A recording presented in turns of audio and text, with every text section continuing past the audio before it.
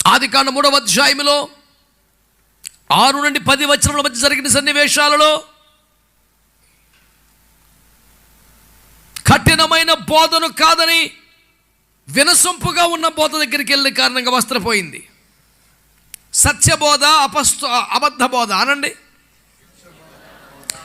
దీనికి పెద్ద విశేషమైన పరిజ్ఞానం ఈ వేదిక మీద ఉన్న పెద్దలకు ఉన్నంత అవగాహన జ్ఞానం అక్కర్లా. సింపుల్ చెప్పేస్తాను అమాయకంగా. తినుదినమున చచ్చిపోతావు, సత్యబాధ, ఈ చావనే చావరు, అబద్ధ బాధ అయిపోయింది కోటం.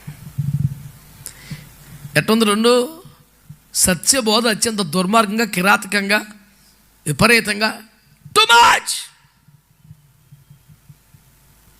బీపీ పెంచేలా ఉంది. చచ్చిపోతావంటే ఎవరికైనా నచ్చుద్దా సార్ బోధ? అసలు మీరు చావనే చావరు. ఆమేన్, ఆమేన్, ఐ రిసీవ్, హల్లెలూయా.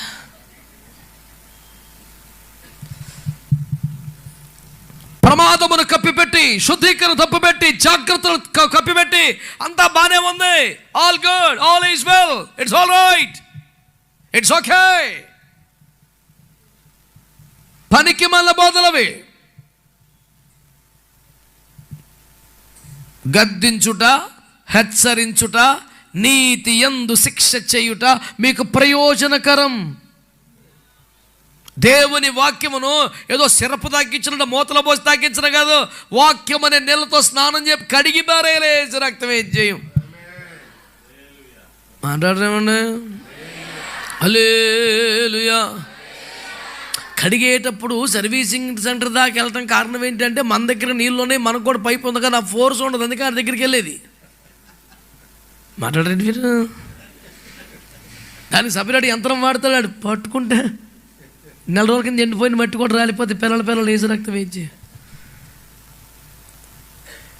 ఇప్పుడు మీరు చాలా వ్యూహాత్మకమైన మౌనం పాటిస్తున్న అర్థమైంది మాకు. ఏం లేదండి, నీళ్ళు కొట్టేయండి, 500 ఇచ్చేసామండి. మనసు బాధపడిపోతా, 500 మటన్ తెచ్చుకున్న బాగుండేది, అడిగి ఇచ్చేసాం అని మటన్ షాప్ దాటుకుంటా వచ్చేస్తావు. కానీ వాడి దగ్గరికి వెళ్ళటం మనం ఎందుకన్నా ఫోర్స్ మన దగ్గర ఉండక. నేను చెప్పే సందేశం ఏంటంటే వాక్యం ఓరక వాగ్దానాలు, ఆశీర్వాదాలు, వాగ్దానాలు, ఆశీర్వాదాలు, వాగ్దానాలు, ఆశీర్వాదాలు. ఏమండి, డాక్టర్ గారు ఉన్నారు, ఎక్కువ నేను మాట్లాడకూడదు, జాగ్రత్త పడిపోతున్నాను. కానీ యాంటీబయోటిక్ లాంటి ఏమి లేకుండా ఉత్తిగా విటమిన్ల బిల్లలు ఇచ్చి చంపేది ఎలాగండి? జబ్బు లోపలట కట్టొద్దు.